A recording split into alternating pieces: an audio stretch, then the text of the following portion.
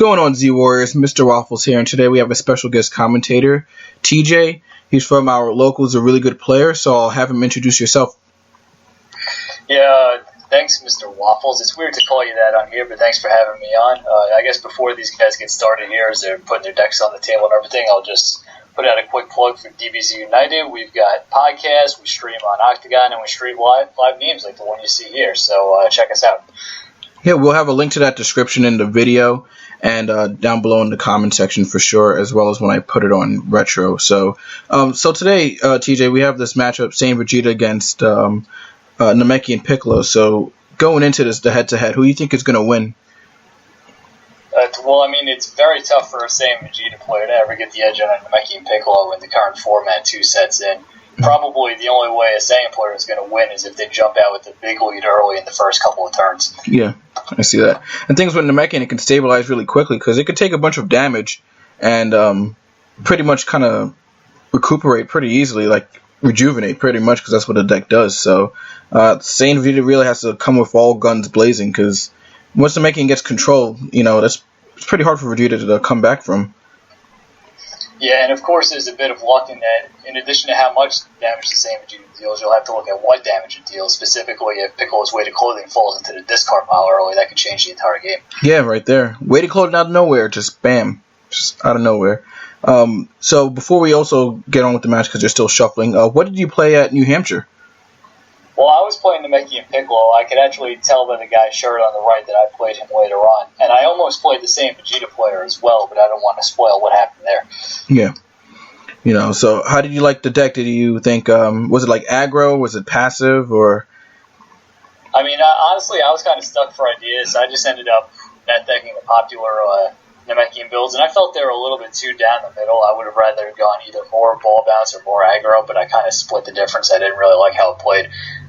Okay, so, I mean, at least that's what testing's all about for sure. So, it seems like the Namekian player is going first, and we're going to see what happens here. So it looks like he drops the Namekian Fusion. So, how problematic is that card for Saiyan Vegeta, or just Saiyan in general?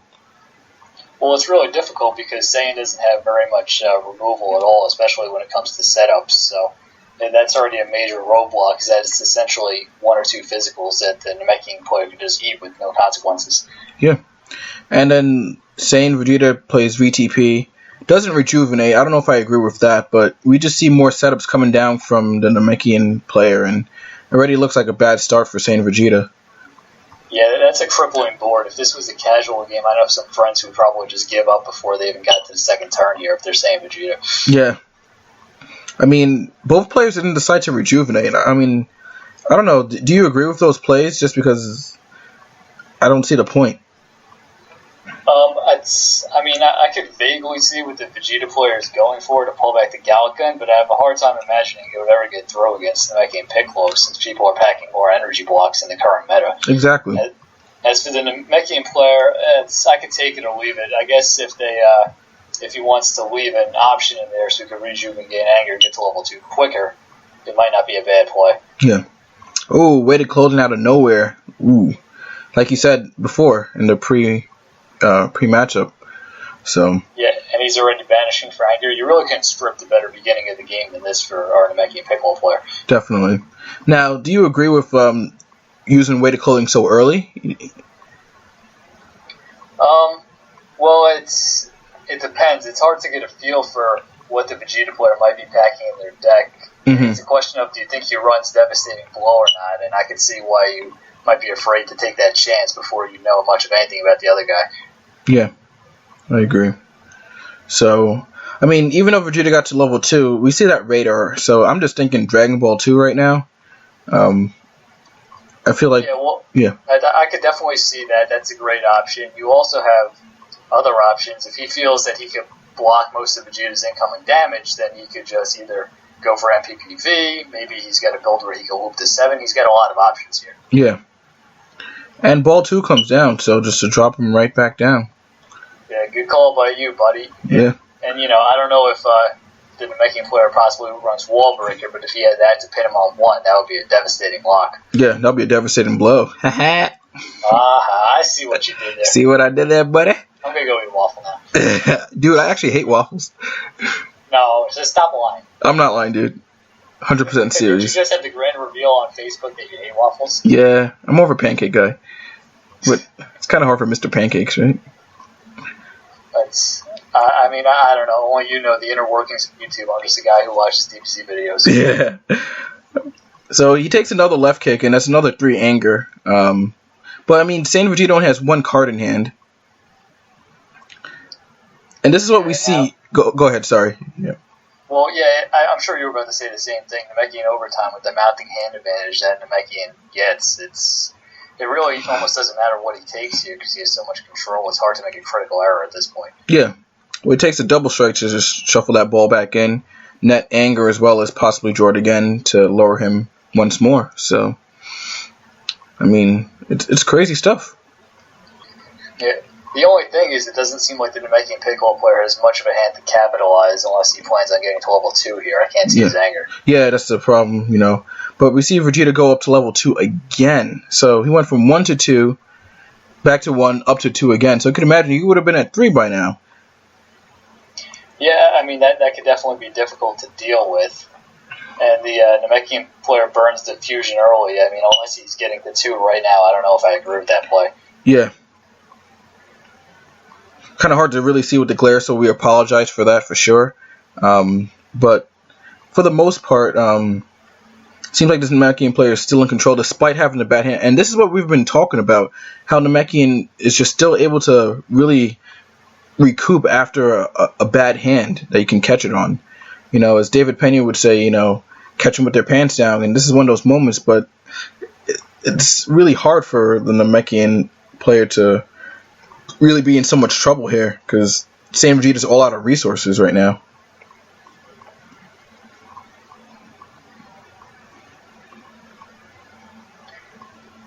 So it appears that the Piccolo just hit with his power, and the Saiyan Vegeta player took 1 life and endured the rest with the direct strike. And now we've got the double strike coming into play here, shuffling the 2 ball. And now he's at level 2 Piccolo. So yeah, and at this point now he can fight his way out of a pretty ugly hand here, the Namekian player. Even though he should have even more control than he does, he's sitting with a weighted close, Dragon Ball in hand, and now he pitches the energy block.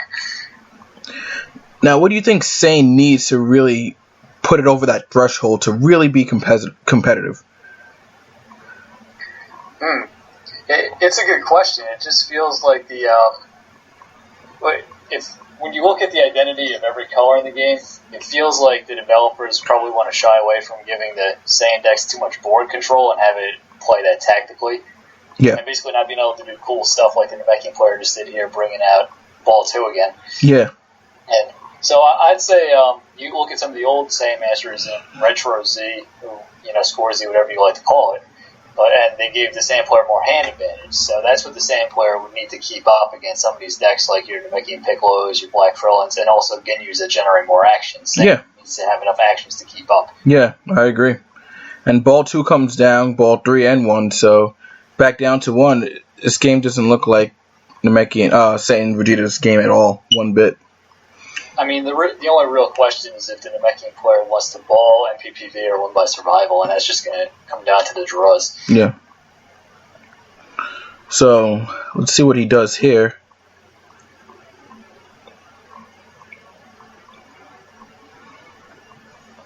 So he plays Assistance. You see the Ball 5 in the Namekian player's hand, right? Yeah, I can see that. Yeah. He decides not to play it. Thoughts? I mean, I guess he was afraid of rejuvenating his weighted clothing, but I don't really see the point. The truth is that you want to probably turtle on 2 anyway. Yeah. So rejuvenating that is not a big deal, and I'm sure at some point you'll shuffle and it'll mill out again if you wanted to. Exactly. I'd probably just play it and put yourself a few steps closer to the ball by 3. Yeah, that's what I was thinking too. I mean, worst case scenario, I mean, you're still netting an anger from it. I mean, at the cost of rejuvenating weighted clothing, which is fine. But it's like you said, it's one more step closer to ball victory, as well as dealing an extra damage.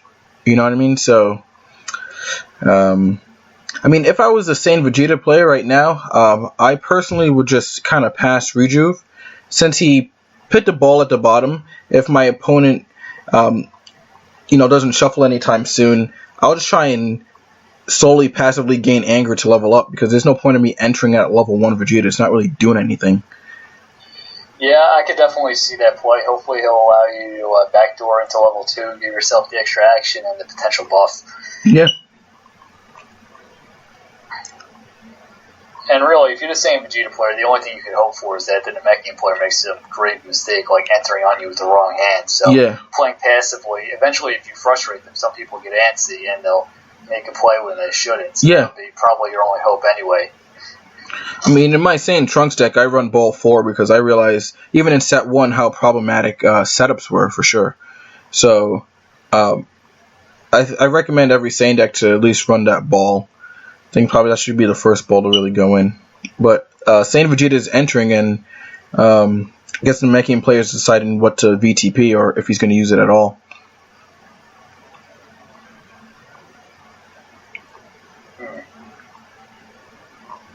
I don't know what the Namekian player really needs here. I mean, he could pull the hybrid defense if he wants, assuming that most Saiyan Vegeta players aren't heavy on spears. Yeah. And that's exactly what he does. Nice. See what he does here, Saiyan Vegeta.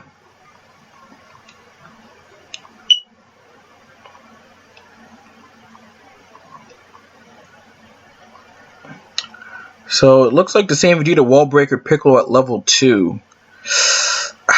I don't know, man. What do you think? I mean, just in the same way that it's hard for the Namekian player to make a major error, it's hard for the Vegeta player to make a major error because he's so far behind. But I mean, you would hope that the Namekian would go to level 3 and you could stick him there, right? Yeah. I mean, I don't know if wall breaking Piccolo at level 2 is the best level to level. Wall break it on. I mean, it can just like mill you to death. So I personally would just wait until you get to level 3. And plus, he also has the VTP.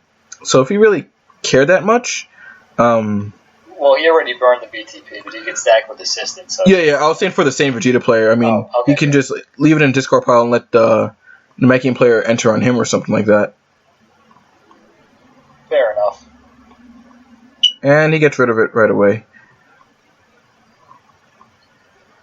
I mean, it's shocking. You don't expect the energy attack dealing. Well, I guess 7 with the 1 ball buff, but even so, Saiyans typically have a lot of endurance. I mean, we don't really see Maximum Will a lot. I mean, I think that card's really good in the mirror, wouldn't you say? It has a lot of utility, just because the wall breaker is so prevalent in the environment, and Namekian doesn't have a lot of good ways to break it, so you can kill a few birds with one stone. Namekian also doesn't have great endurance in some spots, so it's really a catch-all. You can cover a lot of bases with that Namekian Maximum Will if it fits your build. And it really helps fuel the discard pile to rejuvenate. Oh, sure, yeah. The destroy off the top really doesn't bother you at all, and in fact can help you if you're trying to fish out some way to close dropping the discard early on. Yeah. Ooh, did you see that play? Oh, the sphere. The sphere. Yeah. That's some cute stuff right there. That's rough. That's when you know it's just not your day, when you can't even get a sphere to work right. Yeah, man. But, hopefully our Saiyan Vegeta player won't lose too much sleep. At this point, our feature table in this tournament is both undefeated players, so even if it's the first loss, and this is pretty deep in the tournament at this point, I guess the 4th round is Swiss, so it shouldn't be too big of a deal. Yeah, I mean, I would I give the Saiyan Vegeta a lot of credit for even playing this deck in the tournament, He's just trying at the end of the day, but I think a couple of minor misplays really cost him. I mean, against Namekian, you really need to play smart from beginning to end. You can't really let up. There's not much wiggle room to make errors against a really top tier deck like Krillin, Ginyu, or Piccolo.